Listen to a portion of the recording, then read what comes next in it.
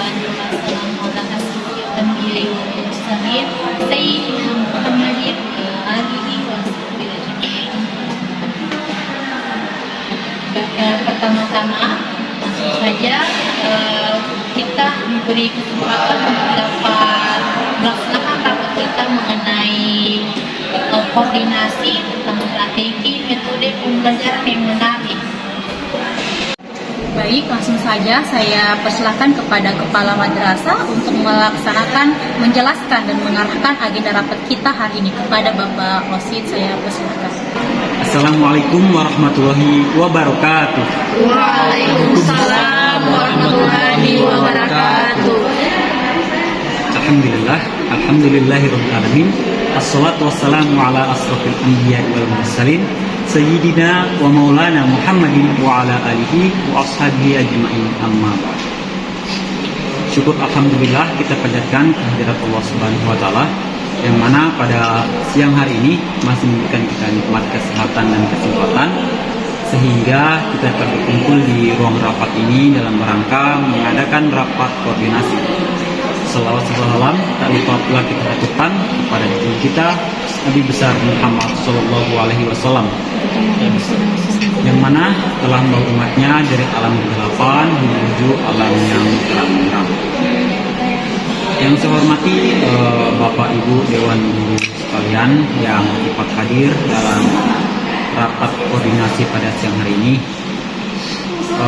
Sebagaimana kesepakatan kita pada minggu lalu, bahwasanya hari ini kita akan mengadakan rapat koordinasi tentang metode belajar yang menarik, yang mana tujuan rapat kita pada siang hari ini itu untuk mengetahui sejauh mana pelaksanaannya dan juga untuk mengetahui apa saja yang akan menjadi kendala-kendala dan solusi dari permasalahan-permasalahan yang akan kita hadapi nanti. Baik, untuk sebelum lebih jauh lagi kita membahas tentang rapat kita, izinkan saya untuk membuka rapat kita pada siang hari ini dengan mengucapkan basmalah. Bismillahirrahmanirrahim. Mungkin itu sedikit pengantar dari saya. Saya kembalikan kepada Ibu Amira. Terima kasih kepada Kepala Madrasah. Nah, berhubung agenda kita hari mengenai metode pembelajaran menarik, mungkin ada sepatah dua patah yang akan disampaikan oleh lokasi kurikulum kita kepada Ibu Ainun. Saya persilahkan. Bismillahirrahmanirrahim. Terima kasih kepada Ibu Amira yang telah memberikan kesempatan kepada saya untuk melanjutkan diskusi ini. Nah, jadi diskusi kita ini mengenai strategi meningkatkan metode pembelajaran yang menarik. Dalam menciptakan pembelajaran yang menarik, kita perlu metode yang menarik juga agar proses pembelajaran itu lebih efektif, lebih efisien, dan para peserta didik itu tidak bosan dalam proses pembelajaran. Nah, dalam proses pembelajaran ini kita menggunakan 3 metode. Yang pertama adalah metode demonstrasi, yang kedua adalah metode studi kasus, dan yang ketiga adalah metode diskusi kelompok. Mungkin itulah 3 metode yang akan kita jalankan ke depannya. Jadi apakah ada tanggapan dari para guru-guru mengenai ketiga metode tersebut? Jadi saya serahkan kepada Ibu Amira untuk melanjutkan tanggapan mengenai metode tersebut. Terima kasih kepada Ibu Ainun. Mungkin dari penjelasan lokasi tadi, apakah ada tanggapan dari para guru-guru? Jadi saya izin menanggapi Bu Amira. Ya, baik, saya persilakan kepada Mas. Jadi apa yang tadi dijelaskan sama Bu Ainun tentang metode pembelajaran, saya rasa itu sangat bagus. Mengapa begitu? Karena di pembelajaran saya tentang fikih itu tidak hanya teori, tapi juga praktek. Jadi metode demonstrasi ini sangat efektif ketika saya gunakan di kelas saya. Saya ambil contoh, ada pelajaran yang namanya itu sholat jenazah. Jadi saya itu menggunakan metode demonstrasi. Itu saya mempraktikkan bagaimana tata cara sholat jenazah. Cuman sayangnya di sekolah kita kurang fasilitas seperti jenazahnya itu tidak ada kain kafannya. Jadi kami sebagai saya sebagai gurunya dan murid-murid saya itu hanya menghayal saja, sekedar menghayal. Tapi prakteknya itu sudah bagus. Cuman sayangnya saya cuman kurang di fasilitas saja. Saya kembalikan kepada Bu Amira.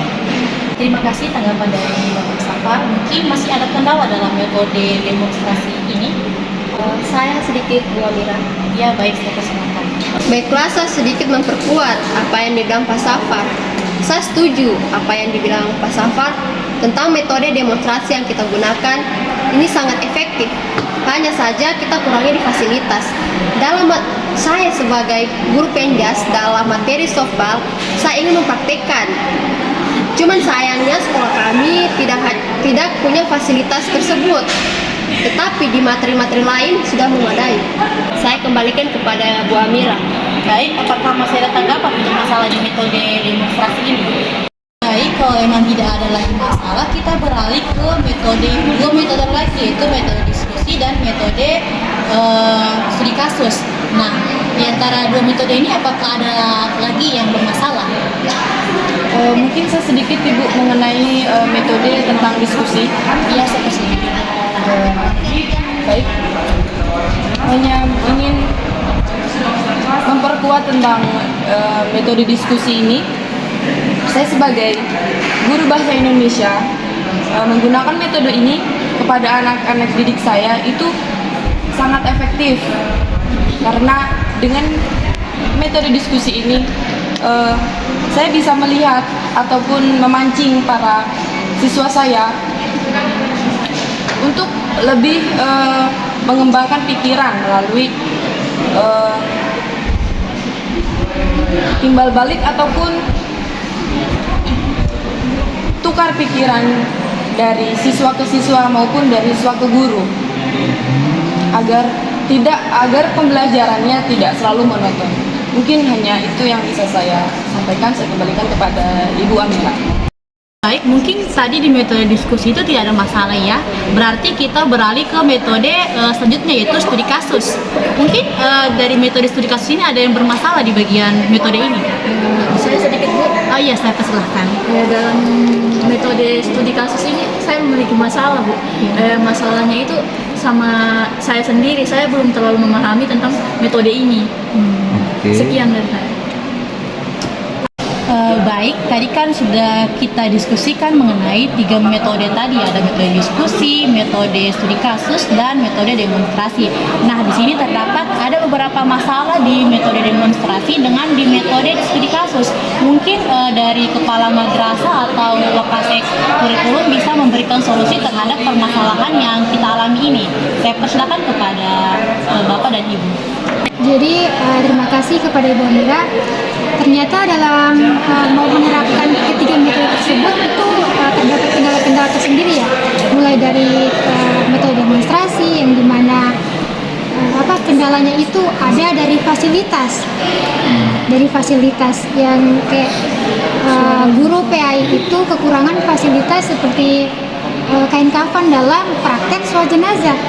Nah, dan kalau di penjas itu kendalanya yaitu kurangnya alat fasilitas seperti fasilitas olahraga seperti fasilitas softball itu, atau kurangnya fasilitas yang lain kayak bulu tangkis.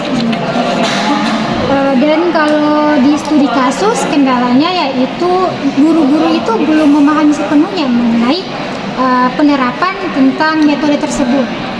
Mungkin saya serahkan kepada kepala sekolah untuk memberikan solusi dari metode tersebut. Saya tadi menangkap ada dua masalah ya tadi. Pertama mengenai fasilitas, kemudian ada guru yang masih menganggap dirinya belum profesional. Kira-kira seperti itu.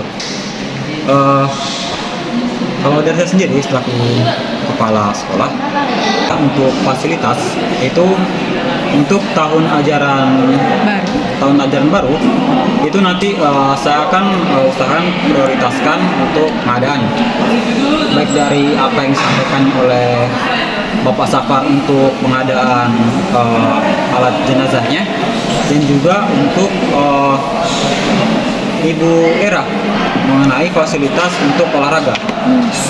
Dan untuk kedepannya saya akan berkomunikasi lebih lanjut kepada keuangan dan juga untuk Wakasek bidang sarana prasarana. Semoga segala halnya dipermudah. Kemudian untuk profesionalitas dari para guru yang belum memadai, itu saya dapat sedikit bocor informasi bahwa dekat ini dalam waktu dekat akan ada pelaksanaan diklat yang mengenai peningkatan kualitas profesionalitas guru. Jadi saya usahakan untuk guru-guru yang menganggap atau belum menganggap dirinya belum profesional itu untuk didaftarkan di diklat. Saya usahakan nanti saya minta tolong kepada sekretaris, tolong catat nama-nama guru yang belum memadai untuk profesionalitasnya. Kemudian tolong catat untuk khususnya untuk di bidang ini apa sarana prasarana. Tolong catat apa saja keperluan yang belum ada, baik dari mata pelajaran agama, umum ataupun olahraga. Segera hubungi saya. Nanti lebih lanjutnya kita bahas di rapat berikutnya. Untuk sekarang tujuan dari rapat sudah ada dan solusi yang saya tawarkan mungkin ini dulu, karena berhubung waktu juga sudah selesai. Jadi mungkin itu saja. Kembalikan ke Ibu Amira untuk menutup agenda rapat kita pada siang hari ini.